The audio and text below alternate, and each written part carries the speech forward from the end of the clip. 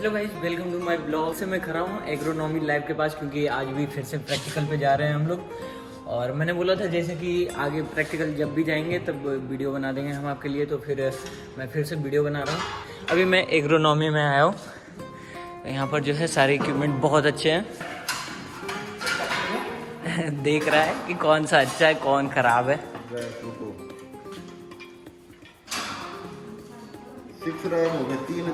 हाँ ठीक है।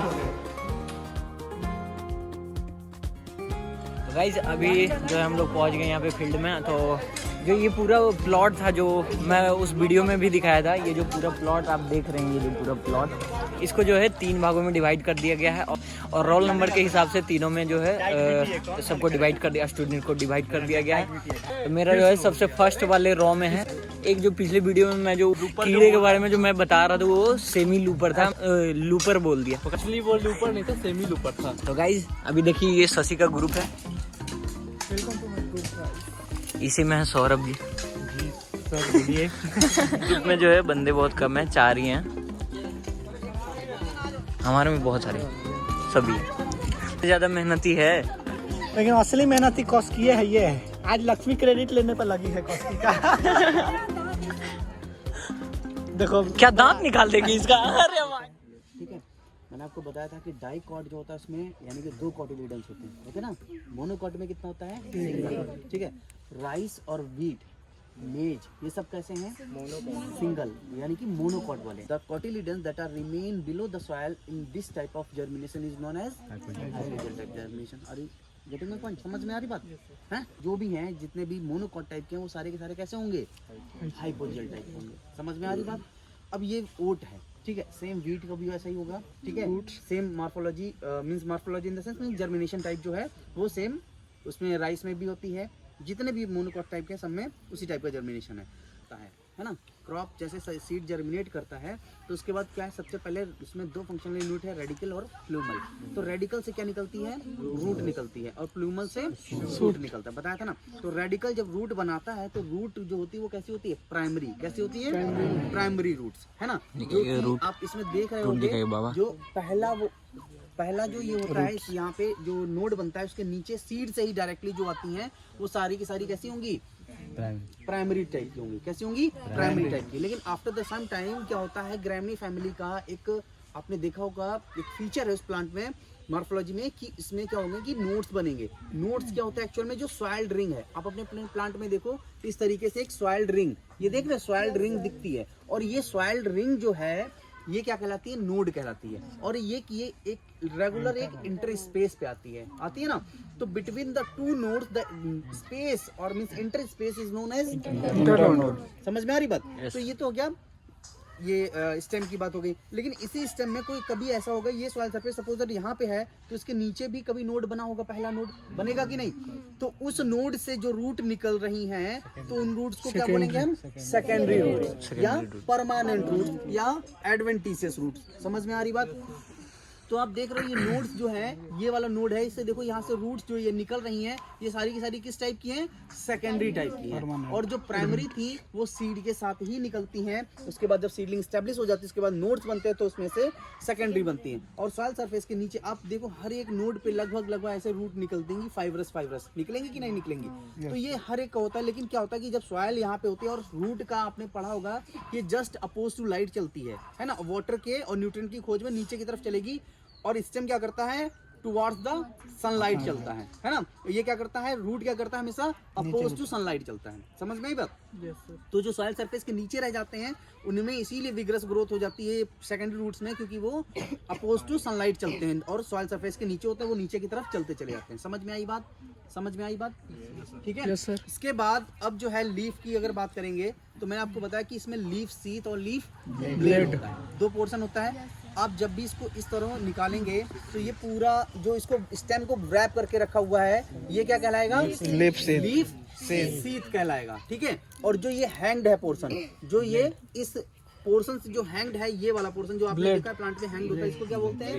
Leaf blade. बताया था ना, ब्लेड का मतलब कट लगता है, वो किससे लगता है? लीफ ब्लेड से। और वो किस वजह से आता है? कौन सा न्यूट्रिएंट? सिलिका। ठीक है, सिलिका की वजह से ही ये एजेस पे आ जाता है। दूसरी चीज इसके बाद इन्फ्लोरेसेंस हो गया, और इन्फ्लोरेसेंस जब आता है तो इसमें कहीं ना कहीं एक top most leaf of the plant भी होती है। किसी के पास वो ऐसा है जिसमें जई होगी, ये इसको देखते हैं पहले। ये जो है ये क्या हो गई? Top most leaf of the plant, क्योंकि इसके बाद यहाँ से इन्फ्लोरेसेंस निकलना स्टार्ट हो गया। और जब भी ये कुछ वीट में आप अगर देखोगे तो इस तरीके से सॉइल्ड होता है, यानी कि जो लीफ सीथ है top most leaf of the plant का, वो क्या होगा? सॉइल्ड होगा। और इस top most leaf of the plant को क्या बोलते हैं? Flag leaf. और ये क्या करेगी? इसका जो ये पोर्शन है ऐसा लग रहा है, देखो बाकी के कंपेरिजन में सॉइल्ड हो रखा है, यानी कि फूल रखा है, बूट टाइप का बन गया है, और इसे बोलते हैं बूटिंग स्टेज। समझ में आई बात? इसे क्या बोलते हैं? Booting stage. ठीक है, अब इसके बाद जब इन्फ्लोरेसेंस निकलेगा तो वो किससे अटैच होगा? मेन एक्सिस को किससे जोड़ता है? प्लांट के मेन एक्सिस से इन्फ्लोरेसेंस को कौन जोड़ता है? पेडंकल। कौन है? पेडंकल, जो कि आपने देखा होगा वीट वगैरह में इस तरीके से आता है। ठीक है, वीट के केस में क्या होता है इसमें? फिर अब इन्फ्लोरेसेंस पे आते हैं, तो इन्फ्लोरेसेंस यानी कि इसका जो होता है वो कैसा होता है? पैनिकल। क्या होता है बोलते हैं? पैनिकल। और उसमें जो है जो मेन एक्सिस होती है इन्फ्लोरेसेंस की, वो कैसे होती है? जिगजैग। और जिगजैग मतलब वो क्या कहलाती है वीट के केस में? रैचेस। क्या बोलते हैं? रैचेस। और उसमें जो ग्रेन्स यानी कि लगे रहते हैं अल्टरनेटिवली, तो उनको क्या बोलते हैं? स्पाइकलेट्स। क्या बोलते हैं? स्पाइकलेट्स। और बहुत सारी स्पाइक जो होती हैं मिलके क्या बनाती हैं? स्पाइक बनाती हैं। इसी को हम स्पाइक बोल सकते हैं। पैनिकल जो होता है इसका इन्फ्लोरेसेंस टाइप होता है। हाँ, इसमें पूछता है कि जो इतने भी सीरियल क्रॉप्स हैं उनका फ्रूट टाइप पूछता है। फ्रूट टाइप क्या है? कैरियोप्सिस। जितने भी सीरियल कोई भी हो, सारे के सारे वो कैसे होंगे? कैरियोप्सिस होंगे। समझ में आई बात? तो हमने डिस्कस किया रूट के बारे में। रूट दो टाइप की है, प्राइमरी और सेकेंडरी। लेकिन यही आप बात नहीं खत्म होती है। कभी कभी आपने देखा होगा मेज वगैरह, ग्रेमिनी, सेम ग्रेमिनी उसको बिलोंग करते हैं लोग। जो मेज वगैरह है, मेज है, सोरगम है, पर्लिमेट है, इसमें देखा होगा कि इस यहाँ पे जो नोड्स हैं, यहाँ से भी क्या होता है कि रूट्स निकलती हैं। उन रूट्स को क्या बोलते हैं? ब्रेस रूट या प्रॉप रूट, जो कि सिर्फ न्यूट्रिएंट नहीं एक्सट्रैक्ट करती, वो they are providing only support to the plant. ठीक है, वो क्या करेंगे? सिर्फ सपोर्ट प्रोवाइड करेंगे। अब बात करते हैं लीफ में। दो पार्ट बताए थे, लीफ सीथ और लीफ ब्लेड। अब देखो इसमें जो ये लीफ का जो लीफ सीथ और ब्लेड है, इसके जंक्शन पोर्शन की बात करेंगे। तो जंक्शन पोर्शन पे ये जो पेपरी ग्रोथ देख रहे हो, ये व्हाइट मेम्ब्रेन टाइप की, ये जो है पीछे दे दो, खड़े हैं, देखो तो सही। इसमें जो ये व्हाइट मेम्ब्रेन है, इसको जो है क्या बोलते हैं? लेग्यूल। क्या बोलते हैं? लेग्यूल। ठीक है, और जो ये क्लॉ लाइक देख रहे हो, ये क्लॉ या हुक लाइक जो आ रहा है ऊपर से, मार्जिन जो लास्ट में बना रहा है, इसको होल्ड करके रख रहा है, ये है ऑरिकल। क्या कहलाता है? ऑरिकल। समझ में आई बात? मॉर्फोलॉजी समझ में आई?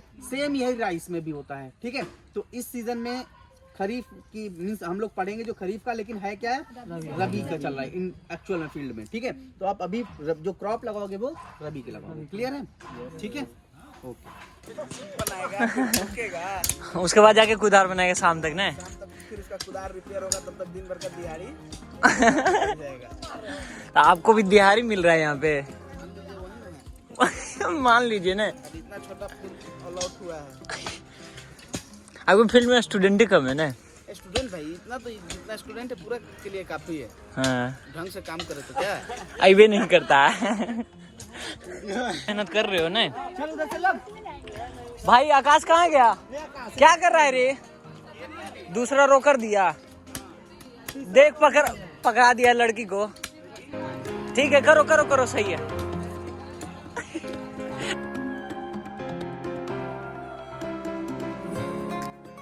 50 रुपए जाती है। अब कितना 75 न लेती है सब? 150 लेती है भाई, काम करने की। यही ब्लॉग बना तो क्या सोच रहे अभी? 75 दीजिएगा, 75 नंबर मिलेगा अभी ना। 75 नंबर का प्रैक्टिकल है तो 75 नंबर मिल जाएगा। गाइस ये जो है शशि का फील्ड है, देख रहे हैं अंदर घुसने नहीं दे रहा है। बहुत अच्छा, ये भी तैयार किया है और मेरा सबसे पहले हो गया है तैयार। तो हम लोग जा रहे हैं बाइयम लाने। हाँ, गाय का गोबर वही तो भैया दे रहे हैं हमें ये बाइयम। थोड़ा बहुत है बचा हुआ।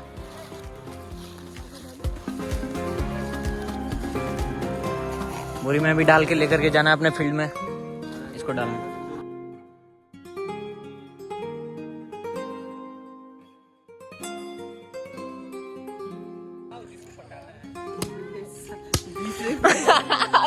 सेफ बना। किसने कह दिया तुझसे? इस तरह पहले ऐसे रास्ते चले जाओ, ठीक है?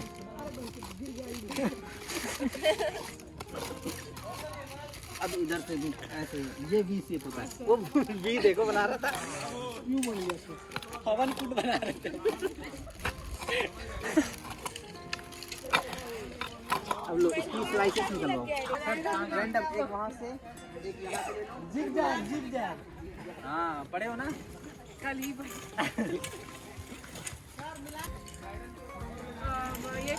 just wait now, we'll just take the sample and then you like pour the water.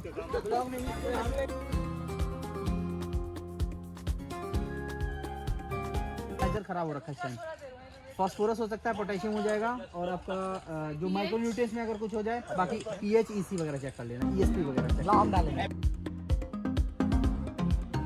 अभी जो है सॉइल का सैंपल लिया जा रहा है, इसका टेस्टिंग होगा। सभी फील्ड का अपने अपने, मैंने भी अपना फील्ड का सॉइल सैंपल ले लिया है और अभी चोपड़ा जी ले रहे हैं। ये शशि के फील्ड में जो है सौरभ जी ले रहे हैं सॉइल सैंपल, शुभांशु जी मदद कर रहे हैं सॉइल सैंपल लेने में। हमारा जो फील्ड है वो स्प्रिंकलर से हो गया है और अभी इन लोगों का बाकी है और अभी लंच टाइम हो गया तो हम लोग जा रहे हैं यहाँ से। और अब ये जो है या तो हॉस्टल वाले कर देंगे, जो क्योंकि हॉस्टल यहीं पे है पास में, तो बोल रहे हैं कि सर हॉस्टल वाले कर देंगे, नहीं तो फिर नेक्स्ट क्लास में ऐसे भी आएंगे। सैटरडे को अपना क्लास है फिर से प्रैक्टिकल में, तो उसी में आकर के हम लोग फिर से कर लेंगे। लाइक करें, शेयर करें, सब्सक्राइब करें। तो अभी जो हो गया हमारा लंच टाइम, तो हम लोग जा रहे हैं अभी कॉलेज। तो सारे इक्विपमेंट जो अभी हम गिन के रखेंगे। तो गाइज हम लोग जो है अभी आ गए हैं फील्ड पर से, सब कुछ कर लिया और लंच टाइम है अभी कॉलेज में, तो अभी हम लोग जा रहे हैं लंच करने के लिए रूम पे अपने। और ये ब्लॉग मेरा जो था यहीं तक का था, आगे मिलते हैं हम अपने नेक्स्ट ब्लॉग में। अभी के लिए हमारे चैनल को सब्सक्राइब कर दीजिएगा और वीडियो अच्छी लगी हो तो लाइक कर दीजिएगा। Thank you.